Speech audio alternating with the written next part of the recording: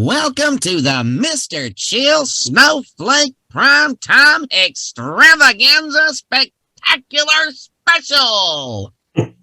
Chill, it's not your show, it's mine. Well, actually, it's me and Brian, so calm down, Chill. Welcome to the Professional Triers. We're here with another Zoom Room or X-Lite Zoom Room hero.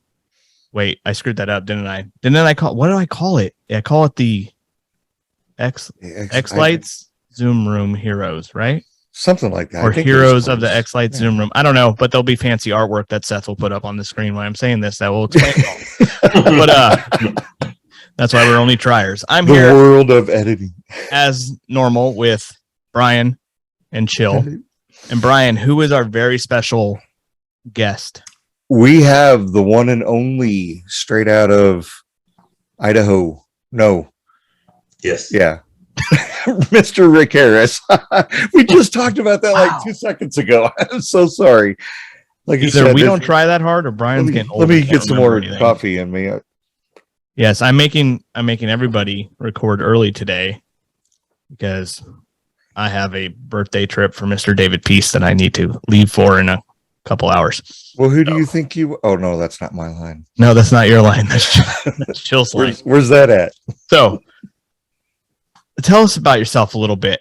Let the people who you probably help all the time in the X-Lights room actually know more about the person that probably saved their show. Okay. Well, I'm married. I have 7 kids, 14 grandkids. I live in Boise. Yeah, he's going, wow. A hard time with my I was trying to hold back my expression. I live in Boise, Idaho. I'm an unemployed bum, which is AKA retired. So I do what I want when I want, which is nice.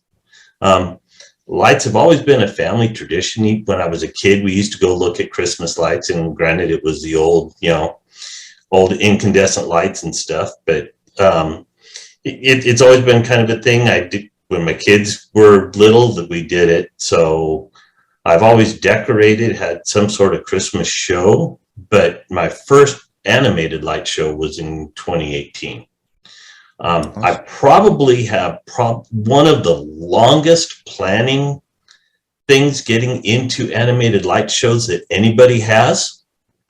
So, but kind of go into it. So in 2003, roughly, I saw a video of a Wizards in Winter light show that somebody did with the old Lightorama type stuff. And I told a friend of mine about it, and his brother actually had a huge light show with that. So I talked to him and found out what it needed, and found out that you needed a whole lot of electrical outlets and all of that. And I was renting a house, so I couldn't do it. So I gave up.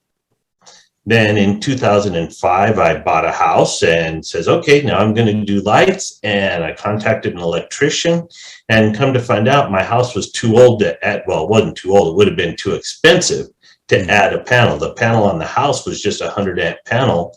And to add to it, it would have been, huge. I would have had to change out the main panel and everything else. So I gave up again. Then in 2008, I started construction on a house on some land that I bought. I had about 3.5 acres and built this really nice house. And I had a 100-amp sub panel that I put just for my lights, and a whole bunch of outlets and everything. And I designed the house to have a large front yard. And in 2011, I finished the house. I built it myself, did all the labor, so it took a little while to build it. But through the construction process and stuff, I had 3.5 acres out in the middle of nowhere. No one was going to come see it. So even like for Halloween, we never had anyone to come to the house. My nearest neighbor was a quarter mile away. So I gave up again. Then in 2017, all of our kids moved out. And so we decided to downsize. We had, it was 3.5 acres and a good sized house, but it was a pain in the butt keeping it up. So we sold the house and started renting a house while we were looking for the right house. We figured we weren't going to try and sell and buy at the same time. It'd be too hard to coordinate everything. So we had the money in the bank and looking at a house. So I started researching again. And that's when I discovered X-Lights and RGB pixels and the Zoom room. So now my whole plan changed. So while we were kind of looking, I bought some pixels in a group buy, and I bought an F16 V3. And luckily, I found the Zoom room, and I started kind of lurking out in there, and I learned a lot. I didn't have a single pixel, didn't have a controller, but I learned so much just hanging out in there while I was waiting for my pixels to come. I couldn't do anything until they came and be in the group buy. It took a while. Yeah. So we made a couple offers on houses, and while we were waiting for the offer to get accepted, I go into X-Lights and change my design to be that house that we put the offer on. And then it fell through. Then we put an offer on a different one, and I changed my layout on that, and it fell through. And and I think it just was fate happening. And then in 2018, actually at the very end of 2017, my wife threw me for a major loop. We were planning on retiring around 2023, roughly. And that was all of our plans and goals and everything. And we were always planning on coming up here to Idaho. That's where all our family is. And she was adamant about not wanting to leave the grandkids in California and all that. So it was never even a thought in my mind. And my mom moved from one house to another in Idaho. And so I came up here to help her move, and a house right next to my mom came up for sale. And just jokingly, because we were looking at houses, I took a picture of the for sale sign and said, "Look what I bought while I was up here." And she just joked and ha-ha'd, and she came up a couple days later to help my mom get situated. And then we were looking, it was a brand new housing development, and we were walking around looking and doing different stuff. And then she turns and looks at me. She goes, "You think we can do this?" And I go, "What do you mean?" She goes, "Come up here and move." And I'm like, Wow. "Well, isn't that what we've always planned on retiring and coming up here?" I was a little confused. And she goes, "No, I mean now." And I was like, okay, I don't know. So Let me go do math. yeah. So we talked to the agent that was there, and there was a lot that had just broke ground that was down the street and around the corner from my mom. So it was real convenient. That had pretty much everything that we wanted, with the exception of the yard. The yard's smaller. So it's not quite what I wanted for the light show, but the convenience of my mom, because she's had a stroke and a heart attack both. She's recovered great from them, but I kind of wanted to be close. Yeah. So, but the developer was a very popular developer, and their houses, when they went on the market, were going like hotcakes. I had no clue what I was going to make retirement. Am I going to make $8 an hour, or, $8 a month, or, $800 a month? Who knows? I had no idea, because we weren't planning. So I did a Hail Mary, and I gave them an offer contingent on final approval of design, because this was like a Saturday afternoon. So no way I could get any information. And they said, "Okay, we'll have the final design ready for you in a week."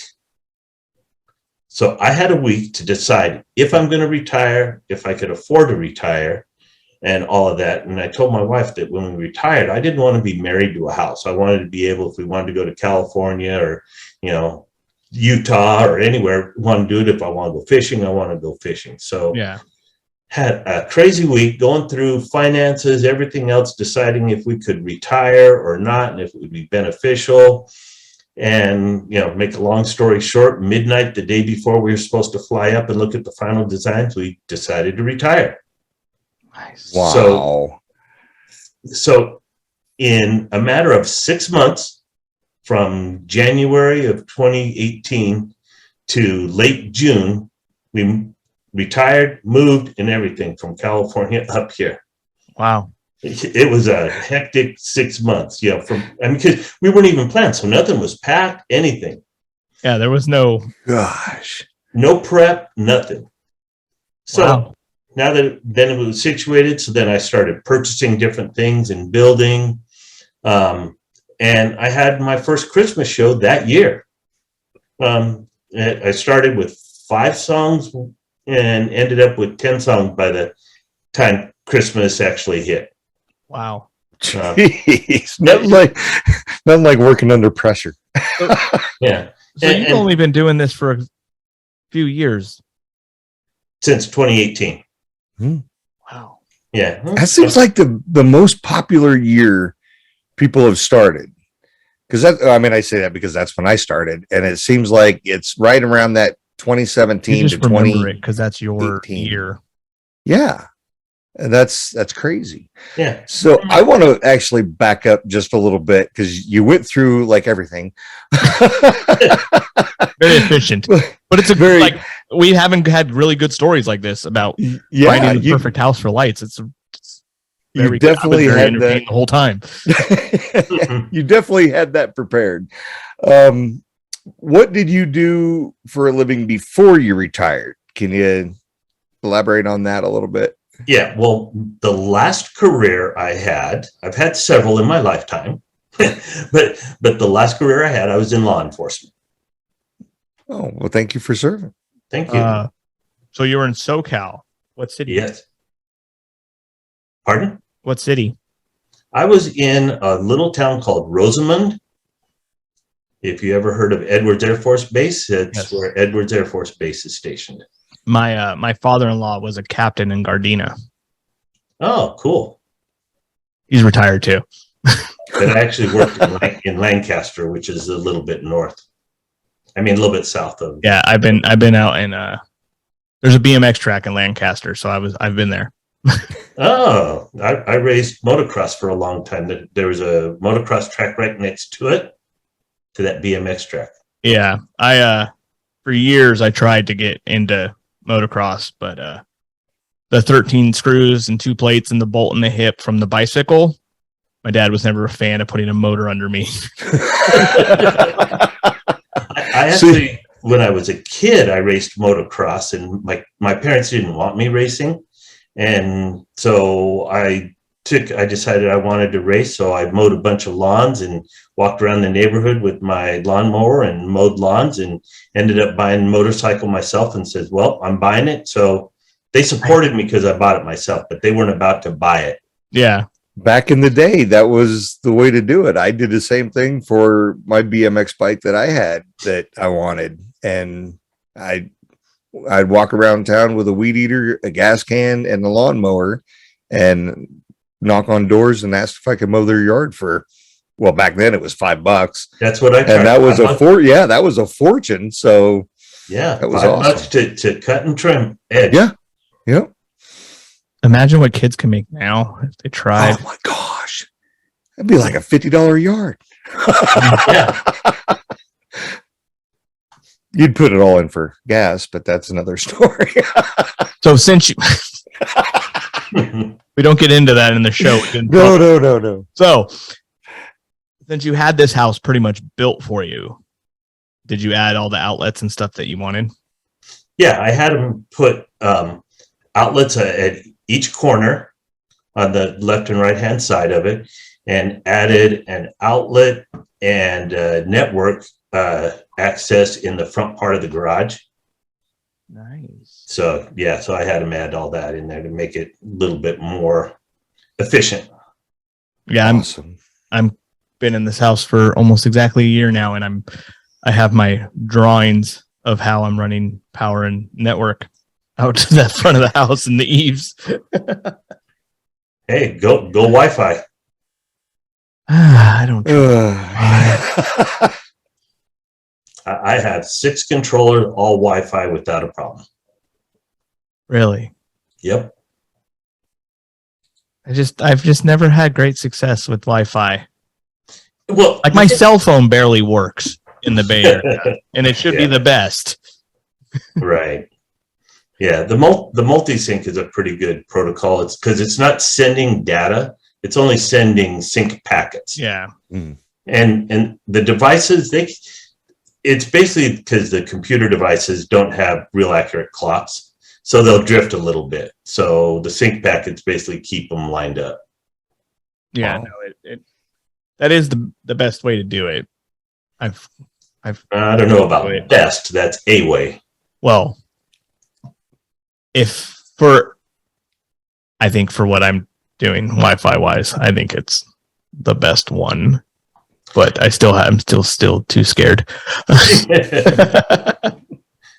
Yeah, I started with Wi-Fi just because I didn't want to have data cables running across driveways and sidewalks or trying to route up and around or whatever. And there was a couple people that were doing it that way. So I did it that way originally just to try it, knowing that I might fall back to going wired. And it's worked great for me ever since. So I never changed. Yeah, no. Wow. As long as it worked, that's perfect. So I wanted to just ask you the last question on that first block that we have, but I want to throw a little twist in it because of the attempts that you had made throughout the years since '03. What has your wife thought about you trying to get into lights and then finally being able to do it in 2018? She's very supportive of it. She really likes it. There's nothing more than seeing the kids' faces that are out there, just the awe when they're looking out. Yep. Amen. And she helped sequence one song and hated it That's better than my wife. and says, "I'm not helping you again. Whatever else you need to help, I'll help." But no, she's been very supportive. And a funny story about the family. When I first started, one of my daughters lives just like about 10 houses away. And they were a little interested in learning. And then my one granddaughter, who was 12, she was interested. So they both created some songs for my show for the first year. My wife absolutely hates Baby Sharks.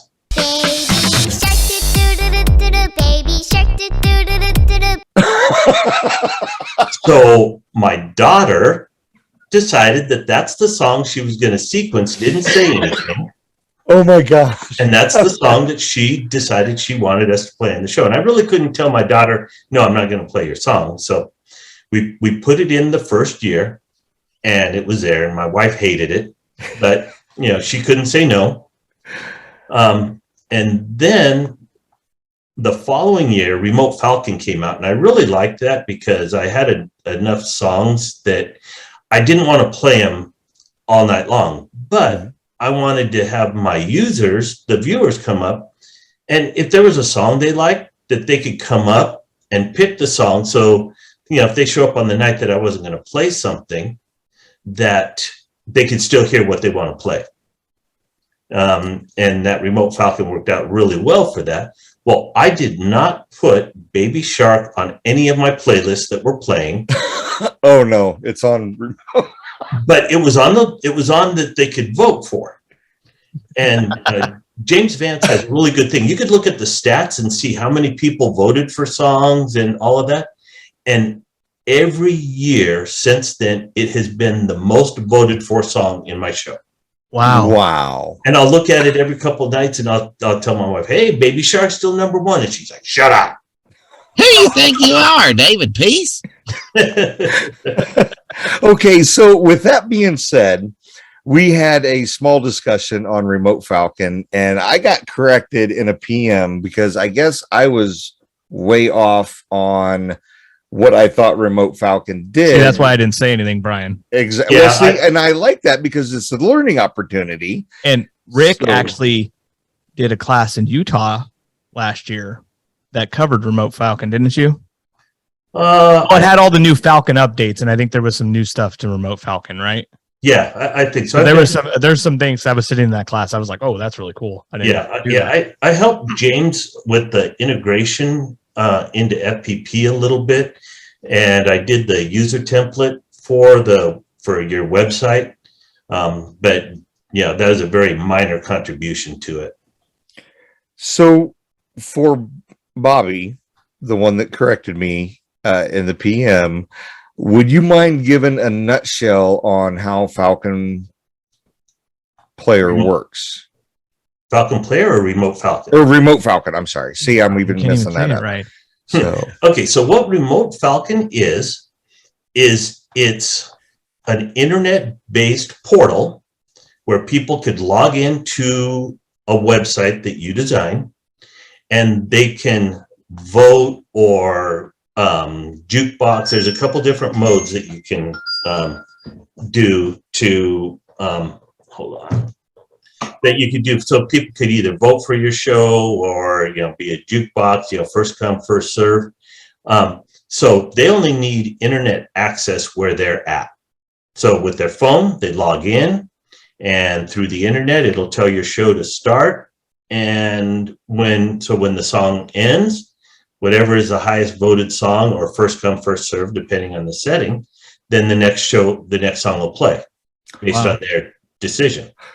So I was correct with what I said, that the current song will end and then the song will play. The most voted song will play depending on how you have your settings set up.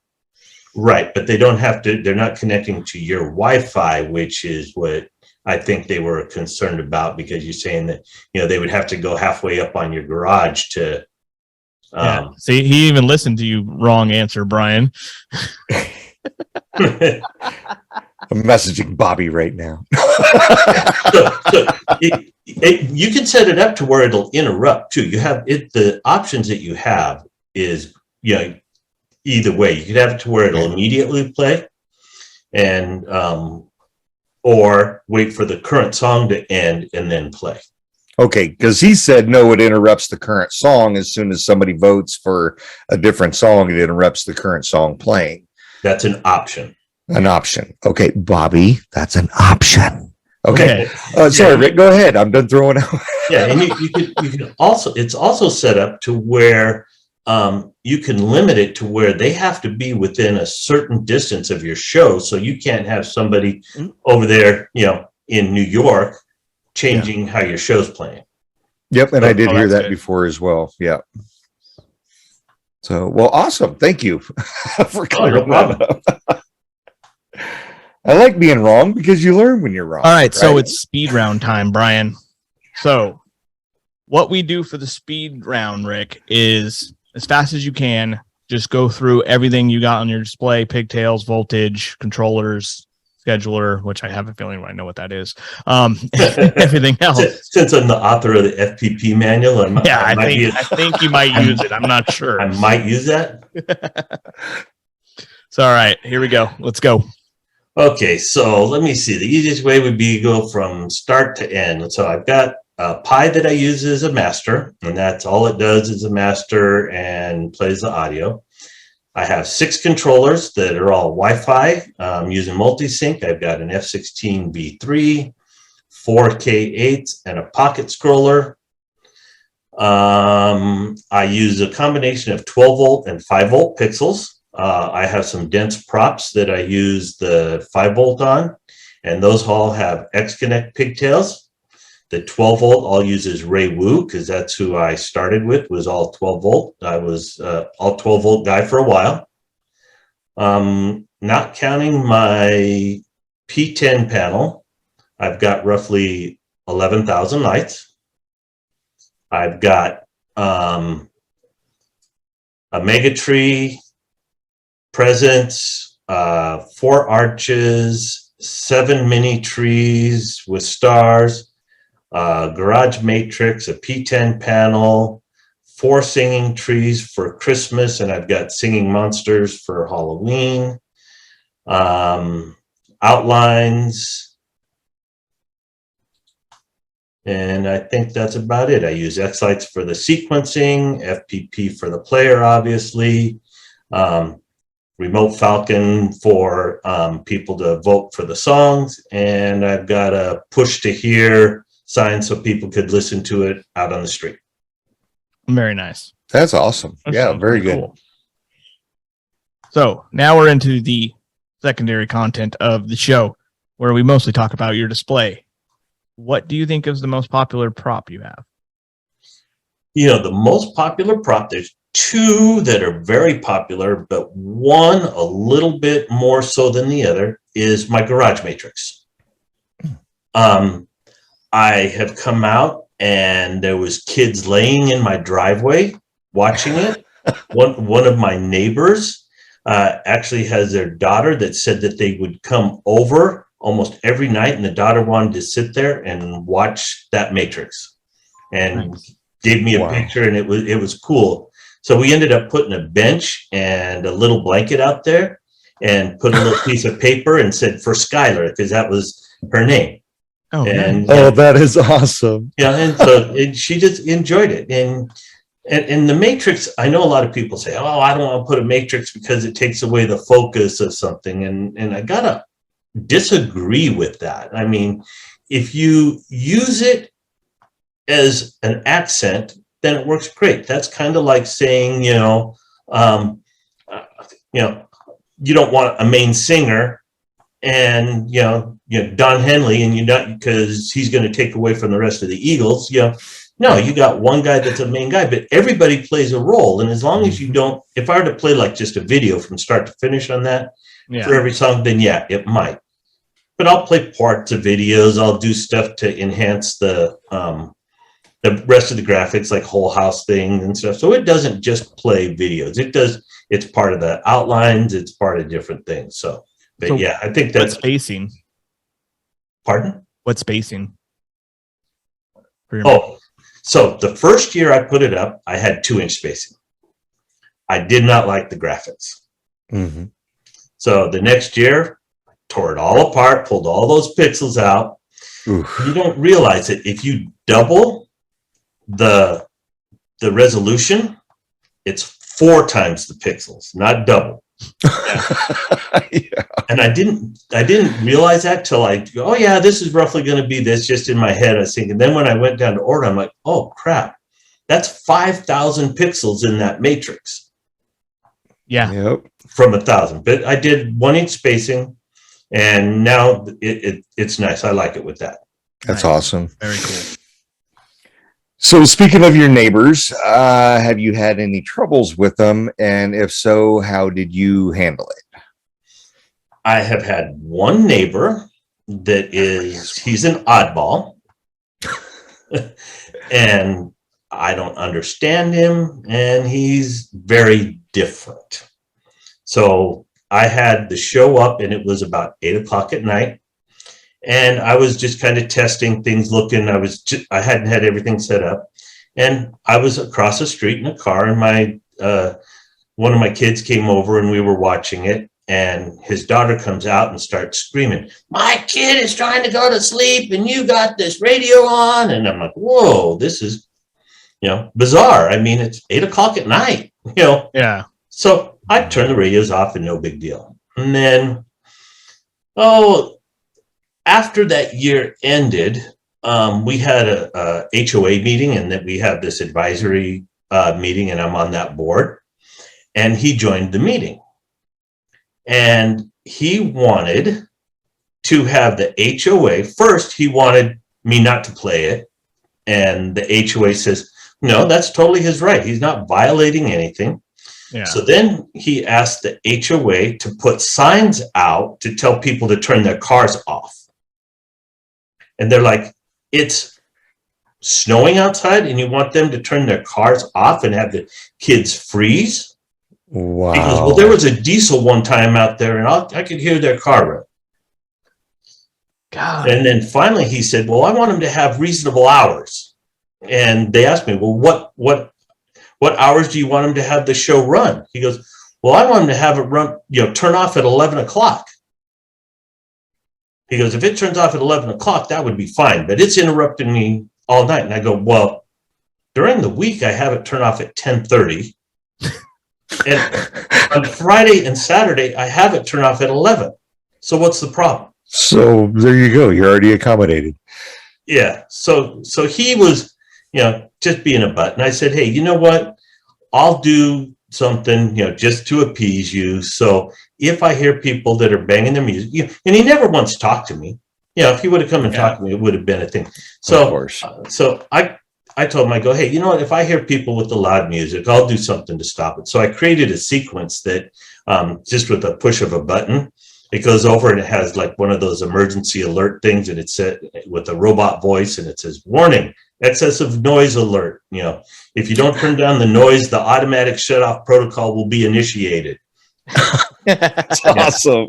So, That's pretty cool. yeah. I like that. So if I hear someone playing the noise, I just hit a button on my FPP, and it automatically plays that. It'll interrupt the song, play that warning, and then play again. Nice. That is so awesome. Very cool. And that's going to become very popular as soon as people start hearing about that. They're going to want to know more. Yeah. So, if you could start over new today, what would you do differently? So, two major things that I made mistakes on, and one of them I learned quickly. Don't try and go the cheapest route. One of the things that a big mistake I made when I built my mega tree is I figured I could save myself, it was like $17, I think, if I went with it, because I originally had my mega tree 3-inch spacing. So I bought the strips from Boscoyo that had the 3-inch holes in it because it saved me, like I said, on my whole tree, like $17. But then you're as stuck opposed with to, it. as opposed to buying the 1-inch. And I put it up and I hated the resolution. So the next year I had to buy the 1-inch spacing strips and I changed my tree to 2-inch. And, that was a huge thing. So, and then like the lights, I've seen other people, I personally haven't done it, where they'll buy cheap pixels and have problems. Another thing that I wish I would have done is knew about custom length strings. That the first year I soldered and cut and so many pigtails and everything else because I built my show kind of modular. So it's all goes in place real quickly. I can set up my show by myself in one day. Nice. Start to finish, hang everything up. It's all kind of modular, and then take it down in one day. It's kind of a long day if I, setting it up. Tearing it down is a lot easier, but so I had to put pigtails and stuff, everything else. And then when I expanded my show, I got the price difference from the strings. If I were to do it, by the time you buy the pigtails and the solder sleeves or whatever you use, and that it's literally like pennies. Yeah. So after that, I buy nothing but custom made strings. Yep. No, it makes sense. Wow. But the real problem is, James, this thing on, make even numbers on your Knew that was coming. So this kind of goes, I'm going to hurry up and move right along. This kind of goes along with what you were just talking about, but what tips would you give to somebody new coming into the hobby, which being a Zoom room hero and everything, you probably do that like almost every day. So what kind of tips do you give them? So one thing I see, the tools that we have out there, the forums and Facebook, those are great tools. But in those forums, take those suggestions with a grain of salt. Yeah. I have seen tons and tons of people giving a solution, and I know they're trying to help, but it's either not the best solution or even a solution at all. It's like, I see a lot of people that whatever the last thing they did, they think that's what fixed their problem. Yeah. So, take it with a grain of salt. The Zoom room, you got enough people in there that know that if somebody gives bad information, they're going to get checked for the most part. Yeah. Somebody in that room will. No. Yeah, but it's like somebody saying, hey, you know what? My car wouldn't start correctly, but if I hopped to my car on one foot, it started good the next time. So that's why it starts good. That's not it. It's just that when you hop to the car, it happened to be a warm day, so it started easier. People get correlation to that. But one thing that I did, I got this little saying. There's people all the time that they want to know what the best is. They want to know what the best controller, what the best network design is, what the best show design is. And the problem is that in our hobby, there's usually a dozen ways to do what you want to do, and you get the exact same results. Yep. And I tell everybody, the best way is the way that you understand and can make work. Yep. I totally agree. Yeah, the best controller is the one that you could wrap your head around and make work without a lot of problems. Yeah, and I actually did a video just for that. People want to know what's the best controller. So I did a video telling people, hey, here's how to determine what the best controller. And that's one thing that you see a lot of people go in and they'll buy the F48 because it's the biggest, baddest controller. It has the most ports and everything else. And then come to find out it's not what they want. All their props are right there local. So now you have an F48 and then you got the network 5 cable. extension boards in trying to put it all in the same box. And it's like, that doesn't work out too well. Yeah. Nope. Makes sense. Okay. So since we brought up the topic of the Zoom room, how did you get involved in the Zoom room helping? So when I first started, I found out the Zoom room while I was waiting for my pixels to arrive from the group buy. And that's one thing, when you buy pixels or anything on a group buy, you usually don't get it till sometimes 6-7 months after when you buy it. So I had a controller that I could get to, but I couldn't make anything work. And I just happened to come upon the Zoom room. And so when I was doing different things, I just put it on kind of like a radio playing or whatever. It was just in the background. I was just looking, I'd hear things and, hear different people with problems and everything else. And then I didn't think too much about it. Then when my pixels came and I started hooking things up, I had a problem and all of a sudden go, oh, I remembered they did this to fix it. Oh, yep. I heard that they did this. And then I had other problems that I didn't do. So I knew that they were there and I would log in and get help. And it was awesome, And so then I decided, you know what, since that helped me so much, then I wanted to give back to the community. So I hung out in the Zoom room and, help out there quite a bit. And I also, the manual for both FPP and X-Lights were lacking back then. So I reached out to both X-Lights and the FPP people about maybe helping with the manuals, because I did some of that in my previous life. And Keith told me that they had some people working on it, and but then FPP said, yeah. So I ended up authoring the FPP manual, and in order to do it, my goal was, 1, for it to be accurate, and 2, for it to be understandable. A lot of manuals, developers will write, and they'll use terminology that you don't know, what it is and what does that mean? So, but also too, with that is there was a lot of things that the FPP could do that I didn't have the equipment for. So I would buy the stuff that I needed so that I could do an accurate screenshot of exactly how it looks. So what they see in the manual is going to be exactly what they see. That's awesome. Wow. That's awesome. See, that's the thing too, is like you and all these other people that help in the Zoom room. Like, I hear this all the time. You guys buy a bunch of stuff that technically you don't need, just to make sure you could help the other people. Not only do you spend a bunch of your own time in there helping people for hours on end, but you buy stuff so you know more to help those people.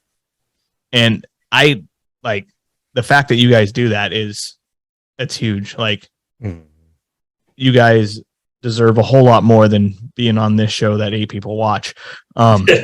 Like, you guys do so much for the community. I would love to know, but I don't think there's any way to ever know, like, how many people actually had a show because the X-Lights Zoom room made it happen.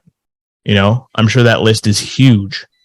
Oh, yeah. I mean, we see people all the time come in there that, have no clue. Some of the people have very little technical capabilities, but they're still able to, in the end, come up and have a show. Yeah. Yeah. You might not understand how it all works or whatever, but we're able to get them to where they have a show. Yeah. The stuff that you guys do is amazing. My wife would kill me if I spent that much time in a Zoom room. I already get in trouble for the amount of time I spend making these podcasts sometimes. So, like, the fact that you are spending that much time away from your family and doing other stuff, like,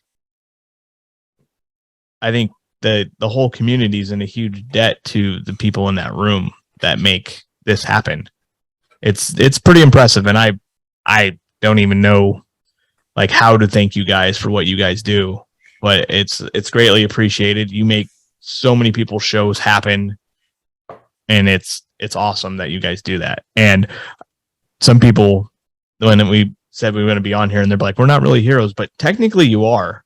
There's a guy who promised this to their kids and spent 2 weeks trying to get it done and couldn't, and probably went in there for 10 minutes, and you guys fixed it. It ran, and he was a hero to his kids, but that was because you guys were the real heroes and saved the day for him, you know?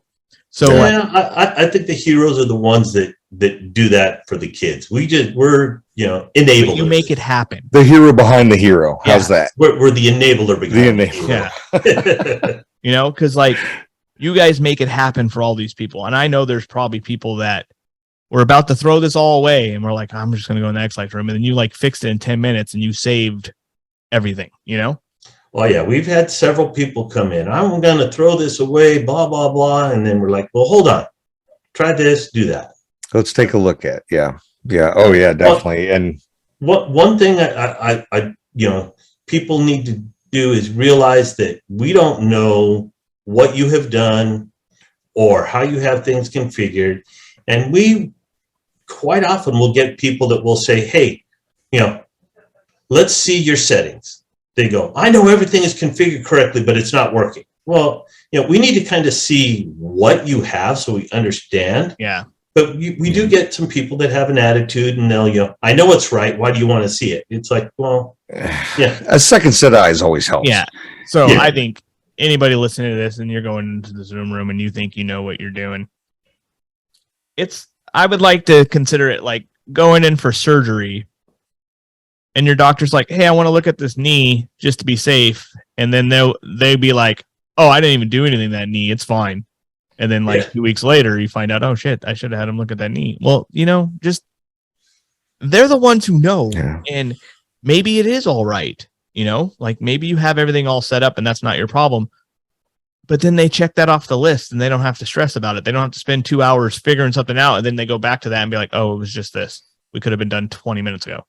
Well, and also, too, is that there's different components on how they work. And, if you have one section configured one way and the other section configured for a different method, they both right, but they're not right for them together.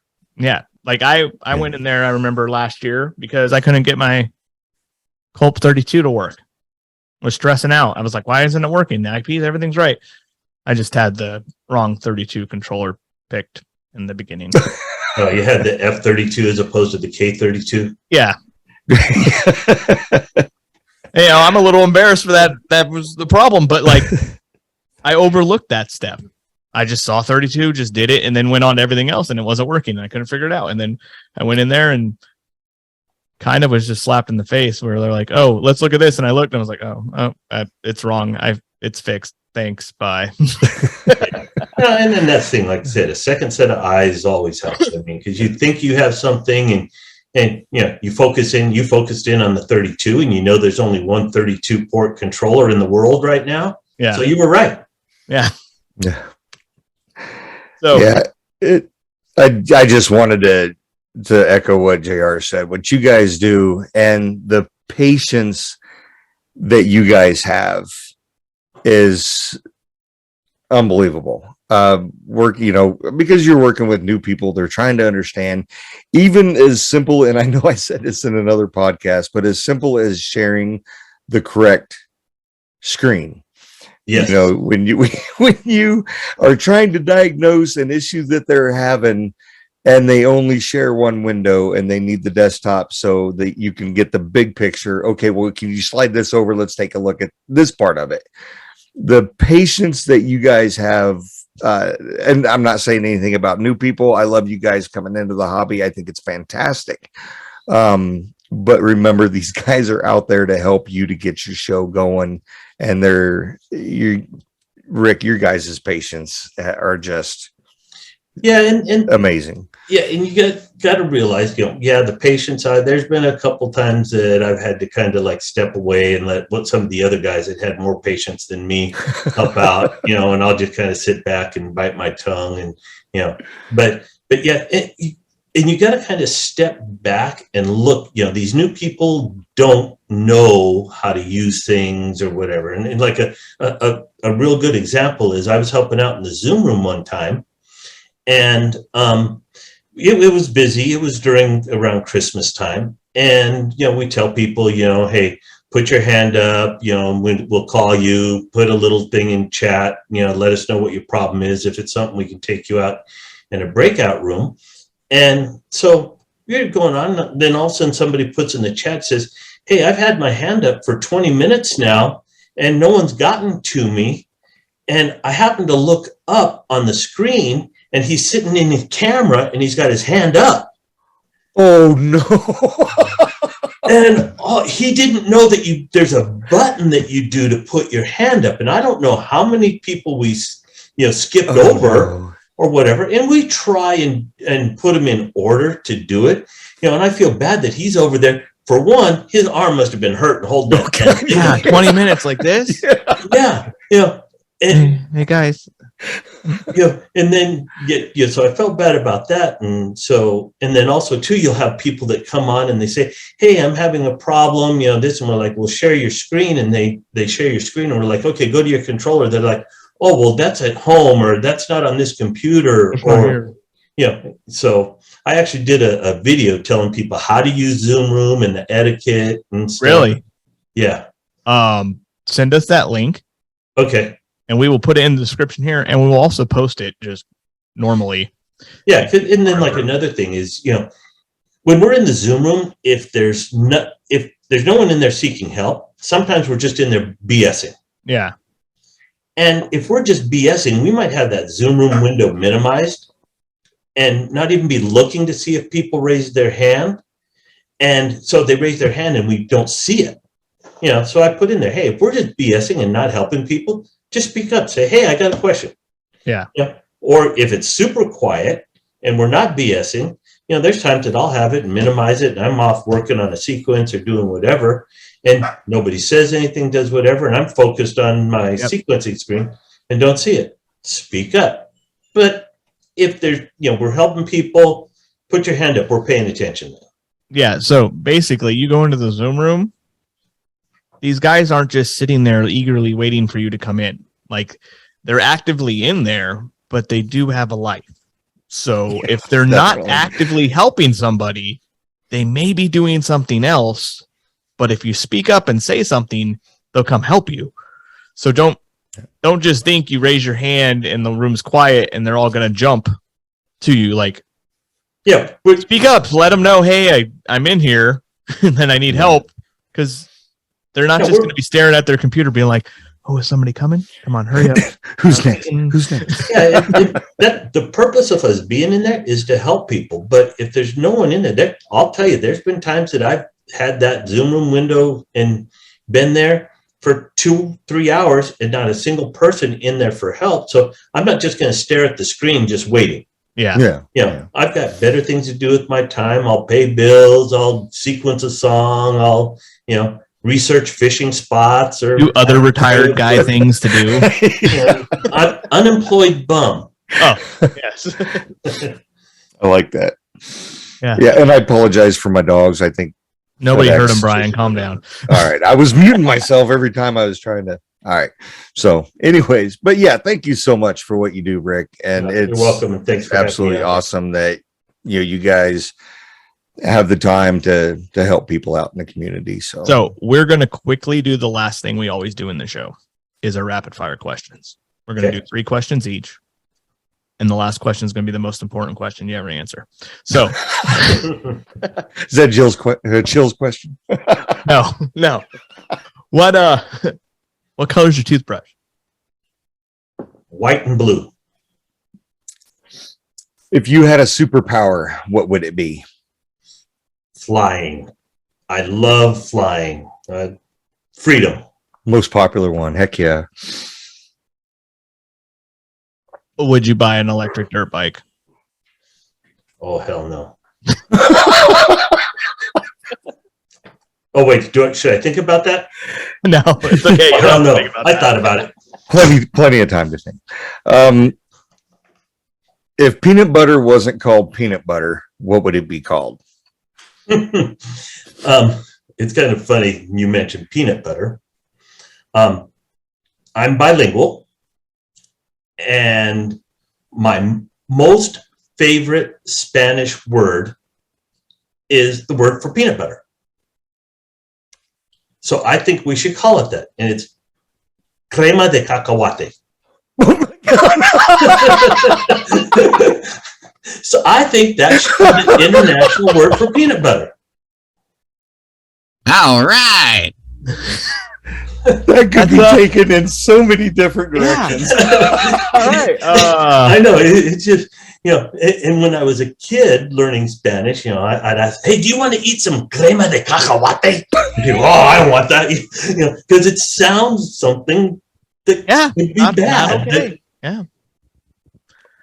So, if you could, all right, maybe not. Let's, favorite place you've ridden your dirt bike? Oh, probably Glen Helen. That's pretty awesome. Just because I have ridden on that track and ridden with Jeremy McGrath, Travis Pastrana.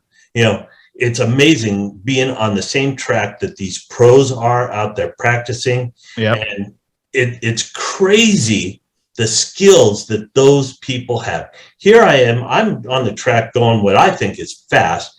And I had one time David Bulleman actually jump over the top of me. Wow. And literally over my shoulder. And I'm looking and go, what the heck? And there's this spot where it took me forever to stop. And he jumps over, stops on a dime and turns. And it was like, holy moly. But yeah. Glen Helen was probably my favorite. And because they changed that track up, you go up the huge hill and down the hill or whatever. And I raced that track for a long time. I raced motocross in my senior years after I was a kid for about 12 years. And that was one of the main tracks that I rode. But I did Lake Elsinore, Star West, a bunch of the different ones. But yeah, by far Glen Helen. Yeah, no, that's a cool track. I've been out there. I just on an ATV, which is not fun. Yeah, I did pretty well. I know you can see I got some #1 plates that I won while I was racing. So, ooh, awesome! I have bicycle trophies, but yeah. All right, Brian. Trophy. Huh? Yeah, it's still a trophy. I got them on the wall over there. I was actually #1 15-year-old on the West Coast for 15. All right, are we done? Okay, Brian, you and your football guy. Come on. All right. So if you were arrested with no explanation, what would your friends and family assume you'd done? Oh, God. Probably punch somebody that didn't deserve it. That didn't deserve it? I would think they did deserve it. Okay. Somebody that pissed me off, and my temper sometimes will. Okay, that works. All right, so now for our famous last rapid fire question, which is unfair a little bit because we've actually kind of hung out already. If you had to pick between Brian and me, who would you hang out with? Oh, that would be tough because I like meeting new people and everything. So, and I've met you, but you got a cool looking shop. And I'm a tinkerer. It's always the shop.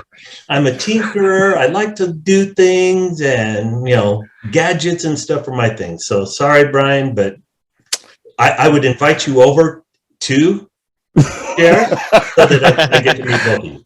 I've been there and worked in that shop as well. And I would have to concur with you. So it's, but at least it's the shop and not JR. So it's the shop that. Yeah. See, it's not the person, it's the place. Yeah. Well, if you're ever in Northern California, just let me know and we'll get into the shop. Definitely. What part of Northern California?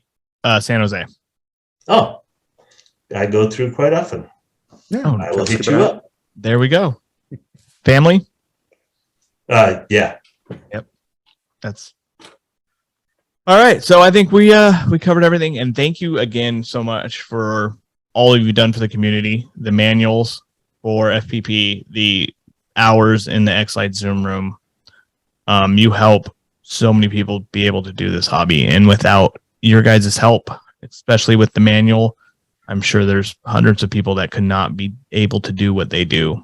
And I would like to thank you on behalf of everybody in the community that should be thanking you more often for what you guys do. And I really appreciate it. No, Absolutely. thank you for what you guys do. You guys help out a lot. And we try. Yeah.